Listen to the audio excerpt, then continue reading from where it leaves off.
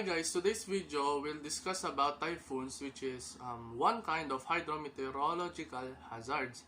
But before discussing about typhoon, let us know what is hydrometeorological hazards. Hydrometeorology is a branch of meteorology and hydrology that studies about the transfer of water and energy between the land surface and the lower atmosphere. Hydrometeorological hazards naman are caused by extreme meteorological events such as flash floods, hurricanes, and the one that we'll be discussing today, which is typhoon. Typhoons are giant rotating storms that can cause massive rainfalls, winds, and destruction. Now, there are 5 public storm signal warnings given to us by the Pag-asa.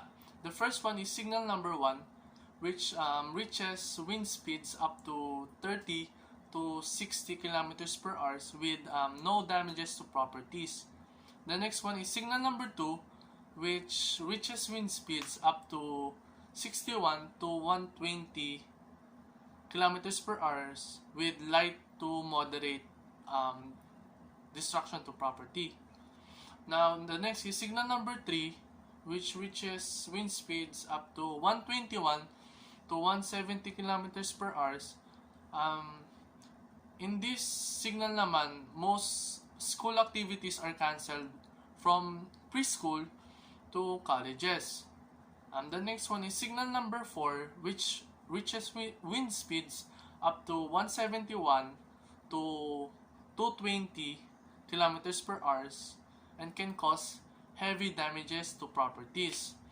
And the last one is signal number 5, or you can call it as super typhoons, because it reaches wind speeds up to 220 and beyond kilometers per hour. This can cause widespread of destruction, can cause many human lives, many deaths.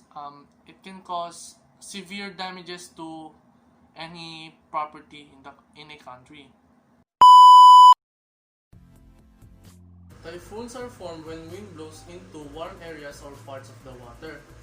These winds collect moisture around the air and rises, while the cooler air sinks right down below. This creates pressure that causes these winds to move quickly around a center, which is called the eye. There are 3 parts of a typhoon. The first part that we will be going to discuss is called the eye. The eye is located in the center of the typhoon, and it is also known as to be the calmest part of the typhoon. It reaches 20 to 50 kilometers in diameter. The second part naman of the typhoon is called the eye wall. This is considered to be the most deadliest part of the typhoon because it contains the strongest winds and rains of the typhoon. The wind speed of this part of the typhoon reaches to 200 miles per hour, and that's a problem because that can result to so many destruction in its path. The last part of the typhoon is called rain band. This is an area where all the clouds and precipitation are stretched out into a long band.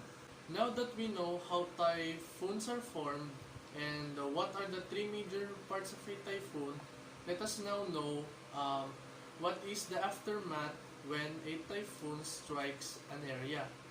Let's go. The aftermath of typhoons can bring terrible damage due to thunderstorm, torrential rain, flooding, violent winds, extreme high tides, and tidal surges. Their effects ranges from structural damages to trees, watercraft, and buildings, to both immediate and long-term impacts on human life and livelihood. The country Philippines are notorious for having bad storms and typhoon, and we almost average 20 typhoons per year. This is because of our geological location, which is located near the Pacific Ocean. The Pacific Ocean tends to create a lot of low pressure areas and tropical cyclones. Now, let us discuss what are the top 6 most deadliest typhoons that the Philippines ever faced.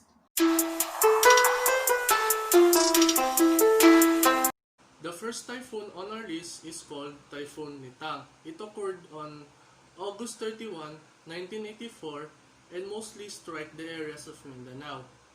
It impacted 1,474 lives and caused $230 million of damages in property.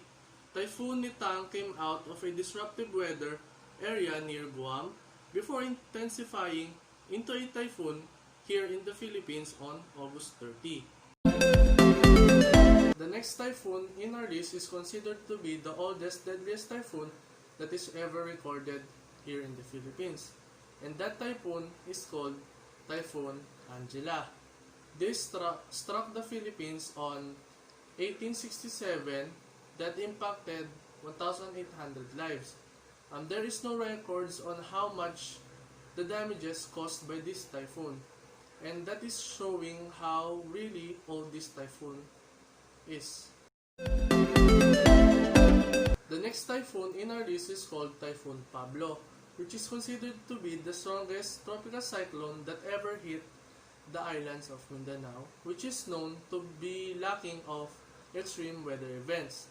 This hits Mindanao on December 3, 2012 that impacted 1,901 lives.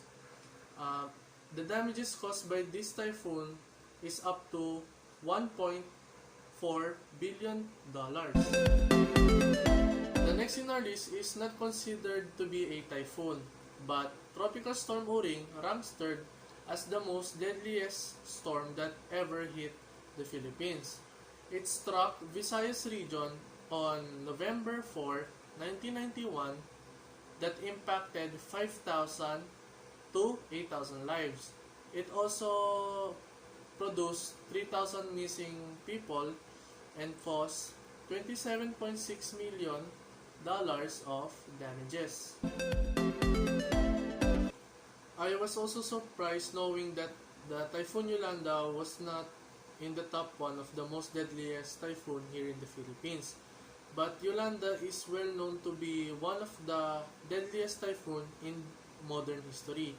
Now, the Yolanda struck Visayas region on November 8, 2013, which impacted 6,300 lives and produced 1,060 missing people. And the damages caused by this typhoon reaches $4.55 billion. The top 1 deadliest typhoon that ever hit the Philippines is even before the Spaniards gave us our independence, and it's called Typhoon Haipong. It devastated northern Luzon on October 8, 1881, which impacted 20,000 lives. And now, knowing these typhoons can be so devastating, let us know what to do before, during, and after a typhoon. Let's go.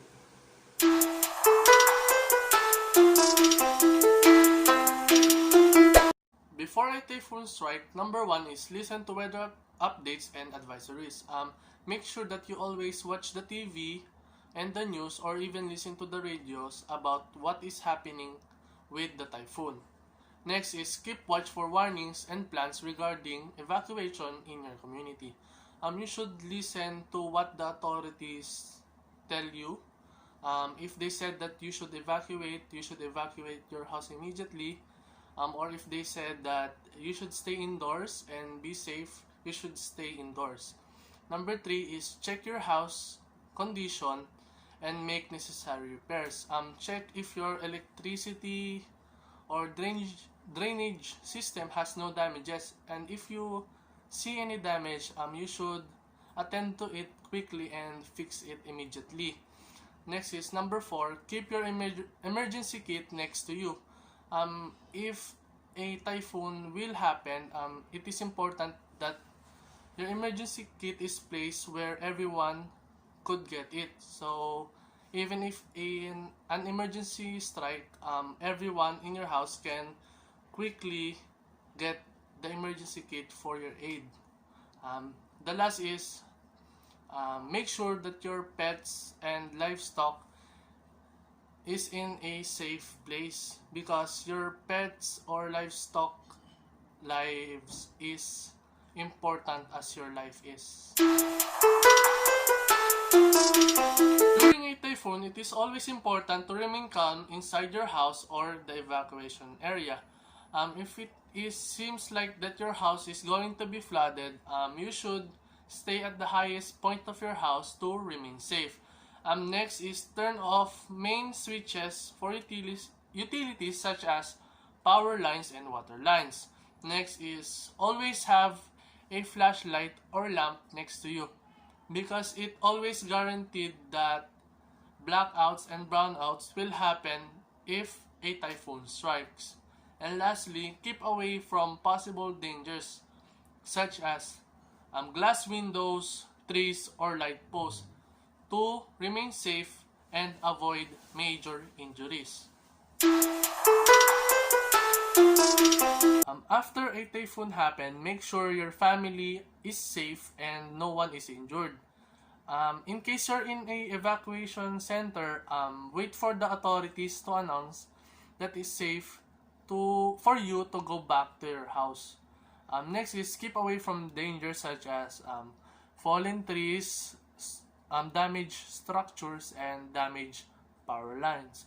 Next is give way to other rescuers or emergency teams that will help others that is also devastated by this typhoon. Next is before switching everything on, make sure no outlets or appliances is submerged underwater to avoid electrocuting yourself. And lastly, after a typhoon, check for possible breeding areas of mosquito and remove rainwater, because these mosquitoes might cause a lot of problem and sickness. Thank you for watching the video. I hope you learned something new about typhoons. See you on the next video. Peace.